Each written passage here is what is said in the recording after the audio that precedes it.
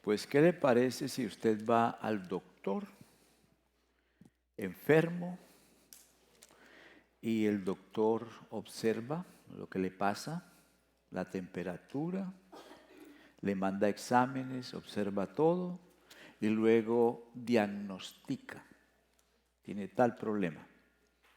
Y eso es todo. Se despide, que le vaya muy bien. ¿Le parece bien eso?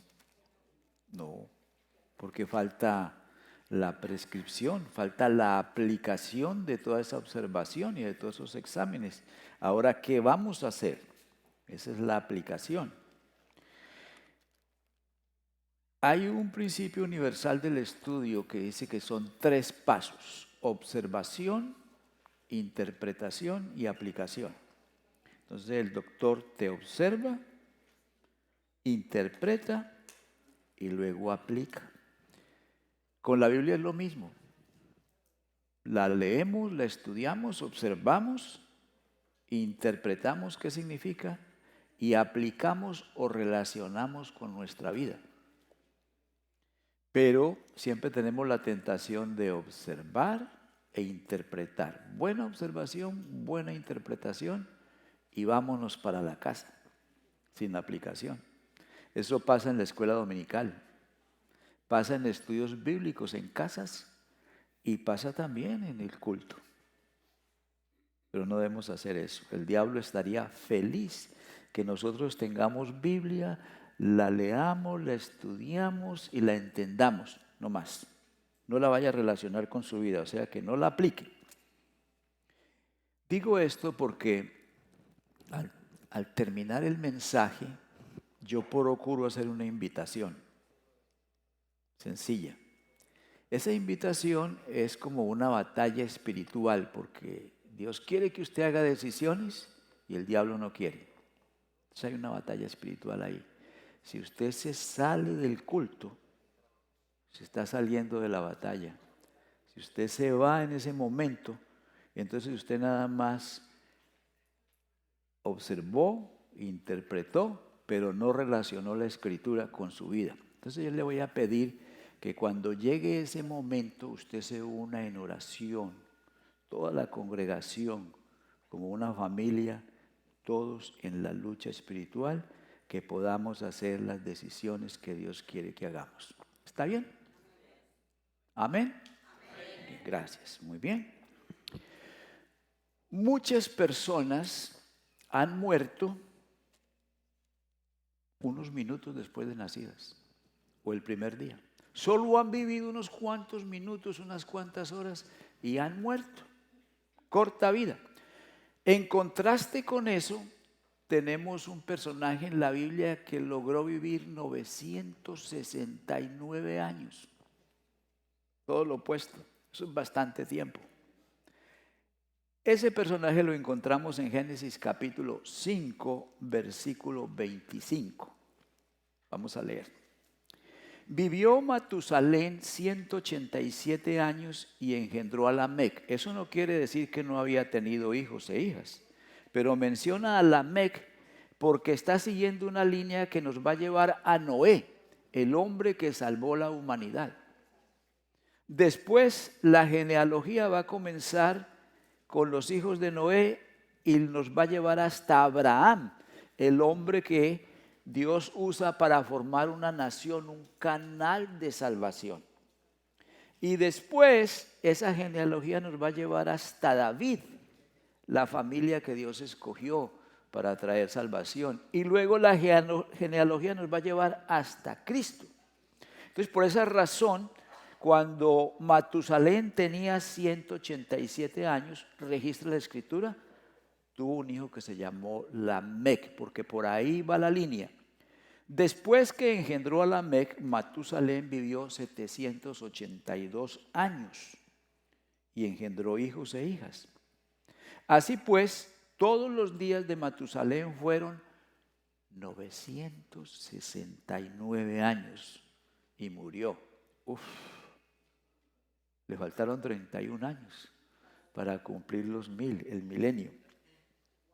Bueno, la última parte de esta genealogía hay tres personas: Matusalén, Lamec su hijo y Noé. Son los últimos tres. Quiero que usted entienda que Adán y Eva tuvieron muchos hijos, pero menciona dos nada más. No vaya a pensar que nada más fueron dos, fueron muchos. Antes de Abel y Caín, y después de ellos tuvieron hijos e hijas. Pero menciona a Caín y Abel. Luego menciona los descendientes de Caín hasta un personaje llamado Lamec, que se inventa el matrimonio de dos mujeres con un hombre y cuyos hijos hacen cosas destacadas como trabajar el hierro y el bronce, inventar el arpa y la flauta y mejorar la agricultura. Pero ahí para, no se menciona más la descendencia de Caín. Entonces el escritor vuelve y toma ya en 4:25 creo de Génesis otra vez a Adán y Eva y hablan de un hijo que viene a reemplazar a Noé. Y sigue la descendencia de ese hijo que se llama Set hasta Noé, que es el hombre que salva a la humanidad del diluvio. Entonces, considerando los últimos dos personajes de esa lista, tenemos a Lamec y tenemos a Noé. Analizando lo que dice este texto brevemente de los dos, encontramos que hay tres creencias entre ellos dos. La primera es que creían que la tierra estaba maldita. Segundo, que tenían una esperanza de descanso. Y tercero, que Noé tenía esa esperanza puesta en Dios. Entonces, vamos a comenzar con el primer punto. Primero, tenían la creencia en la maldición de la tierra. Y eso lo encontramos en Génesis 5:28. Lamec, ¿el hijo de quién? Matusalén. Vivió 182 años, tuvo hijos e hijas antes de eso, y engendró un hijo que le puso por nombre Noé. Pues dijo, este nos aliviará de nuestras obras y del trabajo de nuestras manos en la tierra que Jehová, ¿qué? Maldijo. Entonces ellos creían que la tierra estaba maldita. Por eso buscaba un alivio de esa situación. ¿De dónde sacó Lamec que la tierra estaba maldita? ¿De dónde le salió eso? Bueno, él aprendió eso por tradición. La tradición se ha dicho que es lo que los padres le enseñan a los hijos y los hijos a sus hijos y a sus nietos y así sucesivamente. Pero realmente la tradición comienza porque los niños preguntan. De manera que cuando los hijos de Adán y Eva, pequeñitos, comenzaron a crecer, comenzaron a hacer preguntas. El ser humano es así. ¿De dónde venimos, no? ¿Y por qué esto y por qué aquello? Adán y Eva entonces respondían, a veces la respuesta a esas preguntas era contarles el origen de ellos, que habían vivido en el Edén, en un jardín, y todo lo que allí pasó y cómo salieron de ese lugar y cómo Dios maldijo la tierra.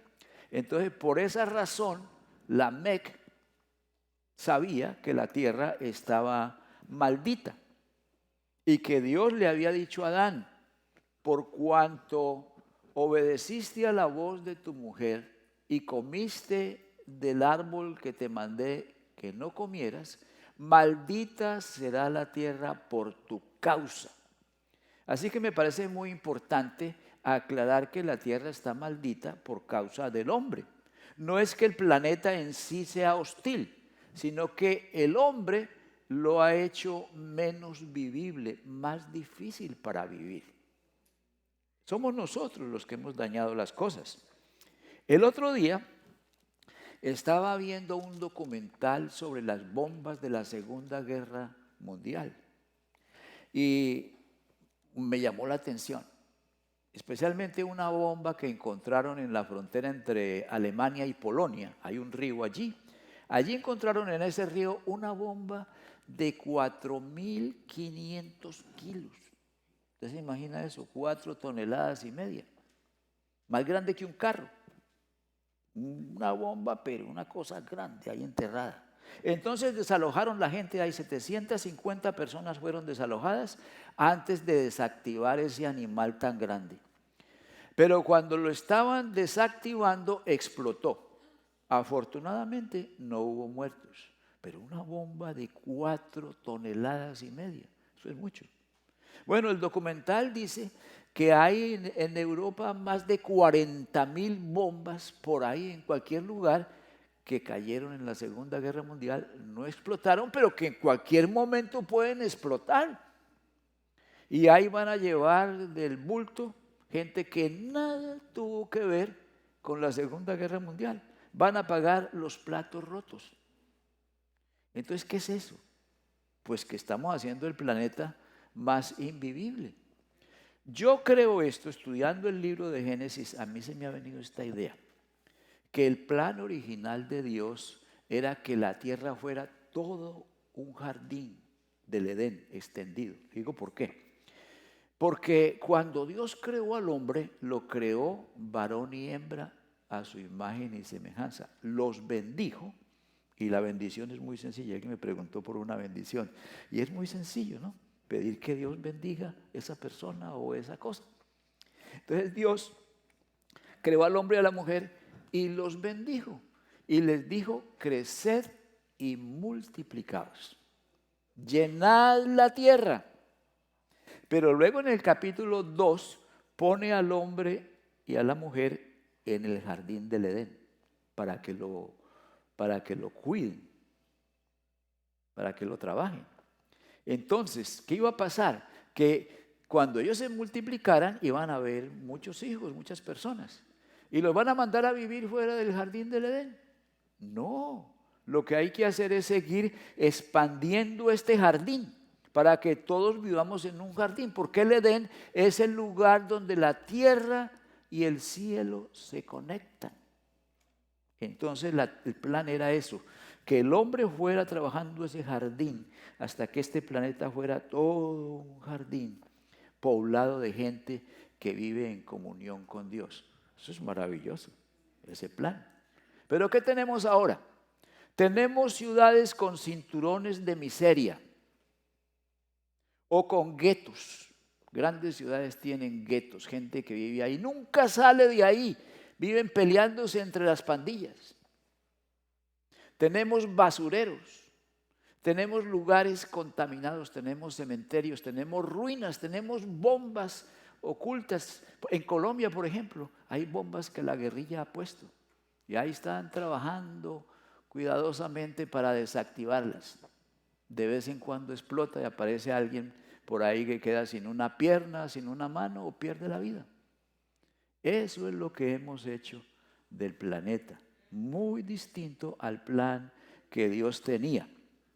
Pues eso por la mala decisión de Adán. Pero cada generación hemos venido contribuyendo a que la tierra sea un planeta cada vez más difícil para vivir en él. Entonces Lamec creía que la tierra estaba maldita, pero está maldita por causa del hombre. Pero Lamec también tenía una esperanza. A ver, vamos otra vez al versículo 18 del capítulo 5. Tenía la esperanza de un alivio. Vamos al punto número 2.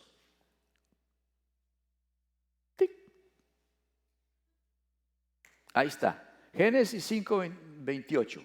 El mismo versículo. Vivió Lamec 182 años, engendró un hijo, le puso por nombre Noé. ¿Por qué le puso Noé? Porque la palabra Noé significa alivio, significa descanso. Y entonces lo que él pensó es que este hijo nos va a aliviar de nuestras obras y del trabajo de nuestras manos. Entonces le va a poner descanso, le voy a poner alivio. Así se llama este hombre. Nosotros lo conocemos como Noé, pero el papá le puso eso porque tenía la esperanza de que ese hijo iba a traer alivio y descanso al trabajo de nuestras manos.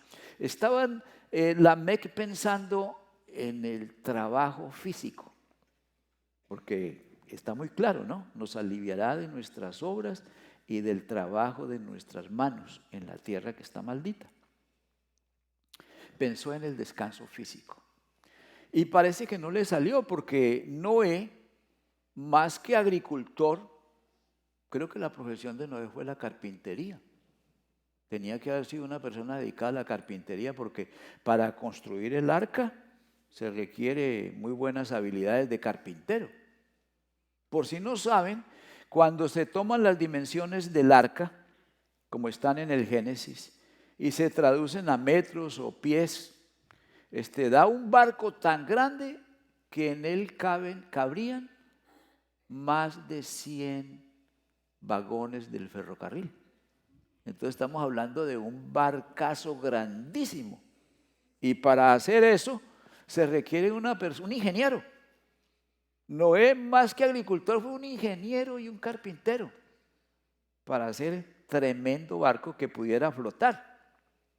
Entonces a Lamec no le resultó. Es como si Lamec hubiera dicho, bueno, tengo un hijo. Y entonces un trabajador más hace las cosas un poco más fáciles, menos difíciles. Pero Noé realmente resultó carpintero.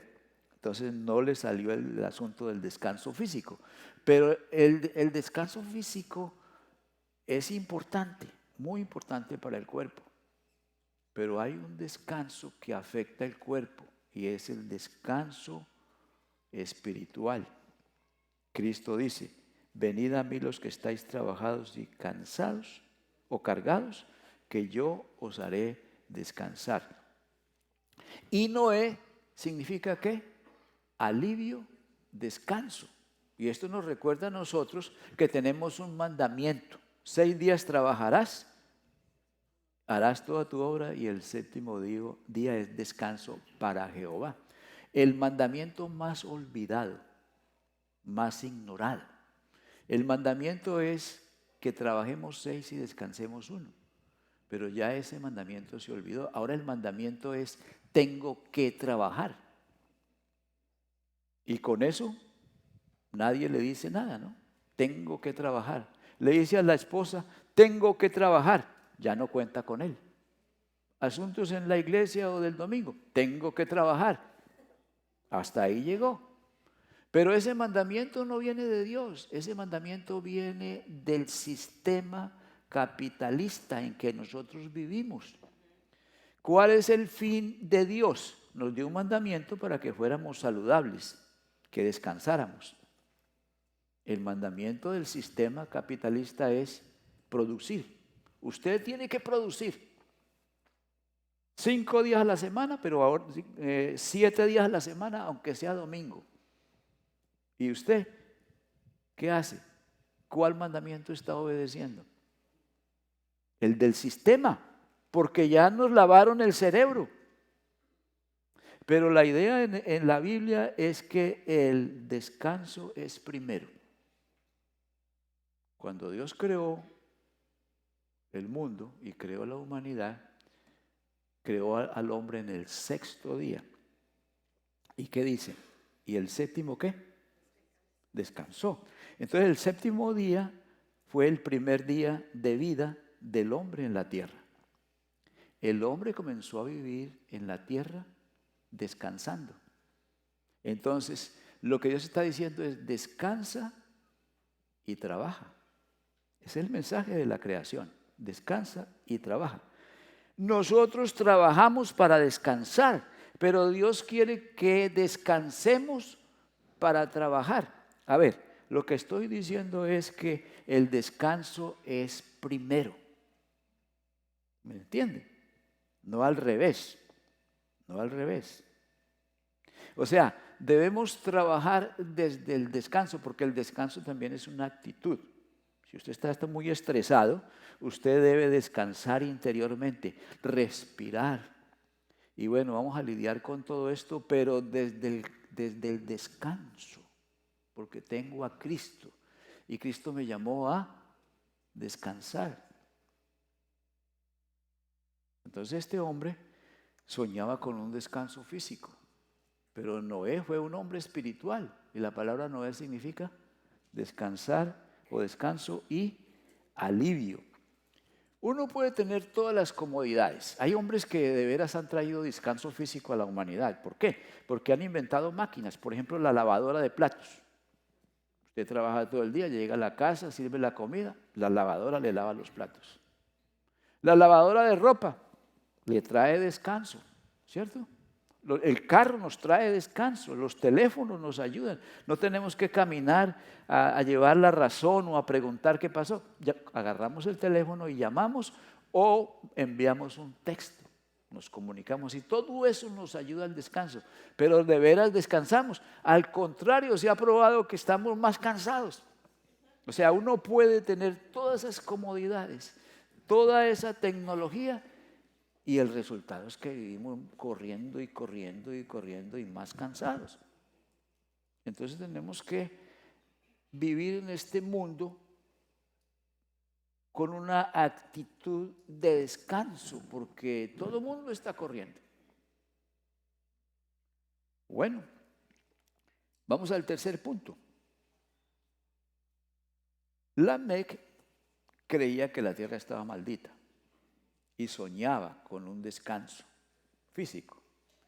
Noé, por el contrario, tenía la creencia en que ese descanso viene de Dios, que la salvación viene de Dios. La diferencia entre Lamec y Noé es que Lamec pensaba que ese alivio, ese descanso venía de un ser humano, de su hijo, y por eso le puso Noé, que significa alivio o descanso. Pero ese hijo creía que ese alivio, ese descanso, esa salvación viene de Dios. Porque mire, el descanso que necesitamos no lo puede dar ningún ser humano, solamente lo puede dar Dios. Por eso Cristo dice: venid a mí los que estáis trabajados y cargados, que yo os haré descansar. Vamos a leer aquí un poquito acerca de Noé. Permítame mirar. Versículo, estamos en el capítulo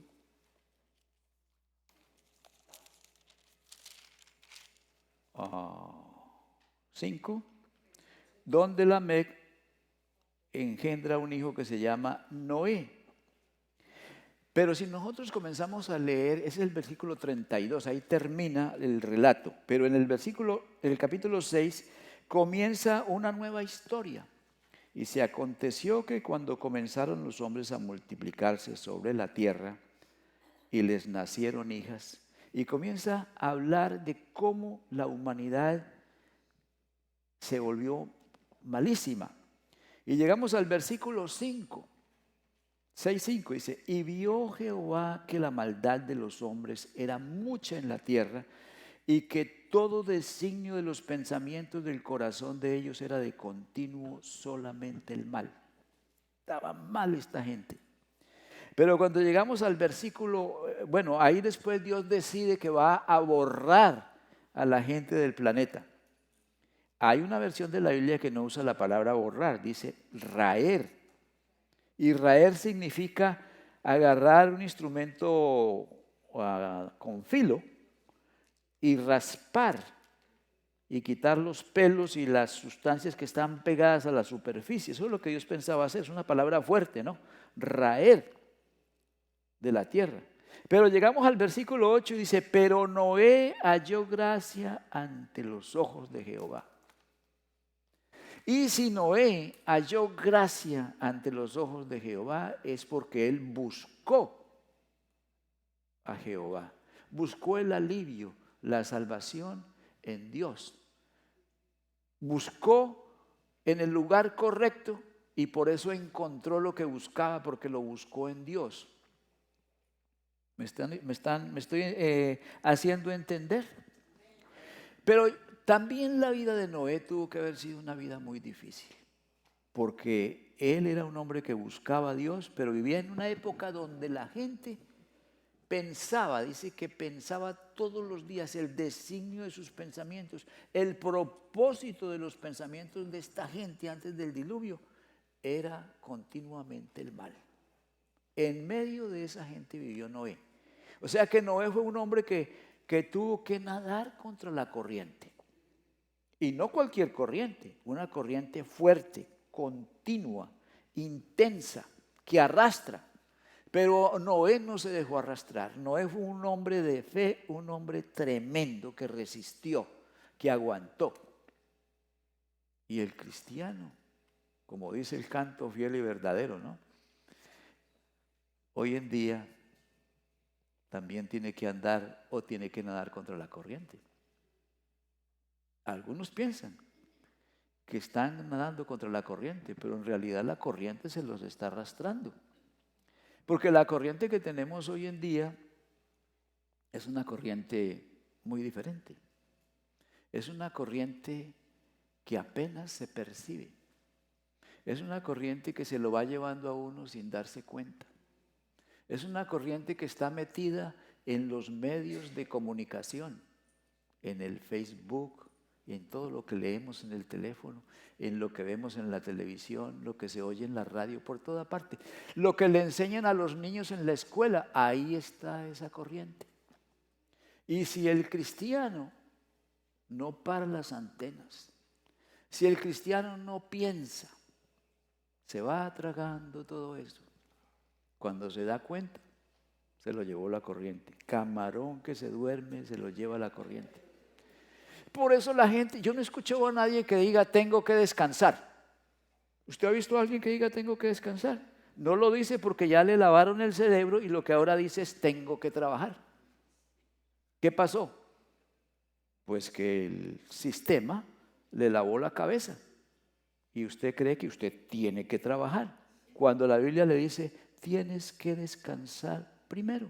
Aprende a descansar para trabajar.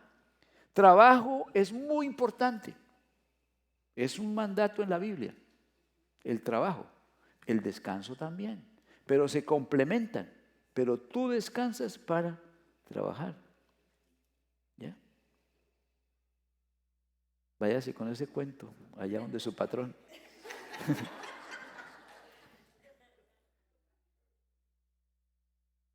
Bueno, seguimos con Noé.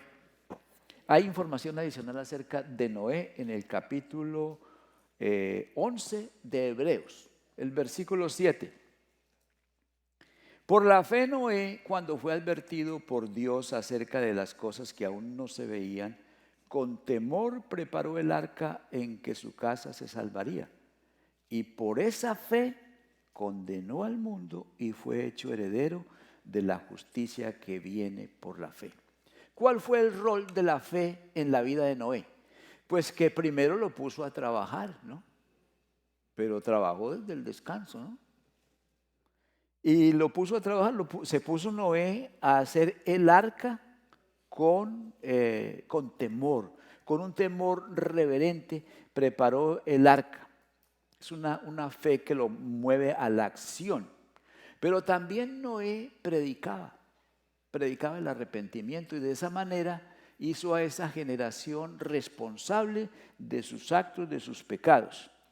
Y también dice que por esa fe fue hecho heredero de la justicia que viene por la fe. Heredero de la justicia que viene por la fe. ¿Qué es la justicia que viene por la fe? No es lo que se está imaginando, no es.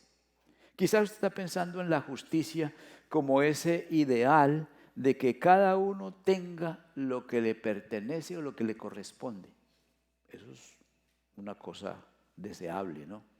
Queremos eso, queremos un sistema donde cada uno tenga lo que le corresponde. Y hay muchas ideologías y políticas que prometen eso. El comunismo es uno de los que promete que usted va a tener lo que le corresponde. Pistolas, eso nadie tiene nada de eso, quedan con más hambre, ¿no? Pero la Biblia aquí cuando dice heredero de la justicia que viene por la fe, no está hablando de esa justicia que consiste en que cada uno tenga lo que merece. No, esta es una justicia distinta, es una justicia que viene de Dios y viene por fe. ¿En qué consiste? La justicia de Dios es la manera como Dios salva. La justicia de Dios es la manera como Dios nos hace justos, como Dios me declara a mí justo, aunque soy pecador. ¿Sí me estoy explicando? Dios te justifica. Esa justificación no se logra sin fe. Usted tiene que tener fe. La fe es el brazo que recibe esa justicia y se la aplica. Hay maneras de explicar la justificación. La manera más tradicional dice que la justificación consiste en lo siguiente: que yo me entrego a Cristo y me revisto de Cristo. Entonces, cuando Dios me mira, no me ve a mí, ve a Cristo, porque Cristo me justifica, aunque yo soy pecador. Y eso explica bien. Pero es mucho mejor usar la parábola del hijo pródigo. ¿Por qué? Porque en esta primera ilustración que nos han enseñado, yo la aprendí en el seminario, estoy diciendo, Dios me ve justo, aunque yo, campo, soy pecador y estoy mal. Pero la parábola del hijo pródigo nos da una idea distinta. Ustedes saben que el hijo pródigo se fue, malgastó la herencia, vivió perdidamente, terminó en la pocilga de los cerdos, cuidando marranos, o como le decimos en cada país, le decimos diferente a ese animal. Y allá él volvió en sí y dijo: ¿cuántos jornaleros en casa de mi papá tienen abundancia de pan? Un jornalero tiene abundancia de pan. Y yo, que soy el hijo, aquí me estoy muriendo de hambre. No, me levantaré, iré y le pediré perdón. Se levanta y se va de la pocilga de los cerdos. Camina, suda, se empolva y llega todo cochambroso. Y entonces, cuando el padre ve que el hijo viene y se acerca unos metros, siente el olor que trae, el cochambre que trae encima. Pero ¿qué hace el padre? No lo mira, lo abraza, aunque huele mal y está pegajoso y sudoroso. ¿Pero por qué? Porque por dentro está arrepentido, ¿ya? Porque por dentro ya ha comenzado la transformación. Esa es la mejor ilustración de justificación. Aunque estamos mal, Dios nos abraza, porque en el fondo de nuestro corazón ya nos arrepentimos y ya tenemos la confianza puesta en Cristo.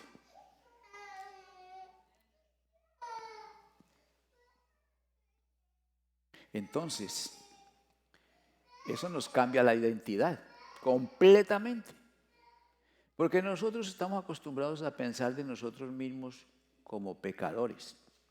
Y si yo me miro a mí como pecador, pues ¿qué hace un pecador? Pecar. Pero en la justificación, Dios me declara hijo. Dios me declara justo. Dios me declara heredero. ¿Sí me explico? Me cambia la identidad. Entonces, para algunas personas yo soy una mala persona, pero para Dios soy su hijo. Para Dios soy santo, un santo que peca. Pero la identidad es que somos santos, somos herederos, somos hijos. Entonces, bueno sería que no te mires más como pecador. Mírate como un santo, como un heredero de las promesas, como un hijo de Dios, como una persona justificada que de vez en cuando mete la pata y la mete muy hondo, pero es un hijo de Dios, una persona transformada por Dios, una persona que Dios no miró, sino una persona que Dios ha abrazado. Esa es justificación. Bueno, ahora vamos a la aplicación de esto. Si usted es un creyente, si usted es un heredero, un hijo, un santo, un justificado, entonces le voy a pedir que considere estas preguntas. 4 preguntas. Léalas. Pongámonos de pies. Lea esas preguntas y saque de las 4 preguntas una y llévese la respuesta con usted y póngala en práctica. cualquiera de las cuatro. La última, ¿con quién compartiré este mensaje después de personalizarlo? Piense en una persona y ore por esa persona. Pero si usted está aquí en esta mañana sin Cristo, no se deje llevar por el orgullo. Ríndase a Cristo. No suponga que tiene saldo a favor entre sus buenas y sus malas obras, porque eso nunca va a pasar. Siempre van a ser más malas obras que buenas. Y tampoco dilate esta decisión como si usted tuviera la vida comprada. No sabemos cuándo vamos a morir. Entonces, si ese es su caso, también tengo algo para usted, una oración. Vamos a poner en la pantalla esta oración. Lea esa oración despacio y considere si es algo que expresa su arrepentimiento y su fe en Cristo, su convicción, y hágala de todo corazón. Puede cambiar palabras, puede cambiar frases o agregar algo, pero vamos a tener un minuto de silencio. Y en ese minuto usted va a estar considerando o las preguntas o la oración. Y no salga de aquí sin haber llegado a alguna conclusión, alguna aplicación de lo que hemos dicho en esta mañana. Por favor, vamos a estar por un minuto en silencio. No se salga del salón en este momento, espere hasta que haya terminado o haya llegado el momento apropiado.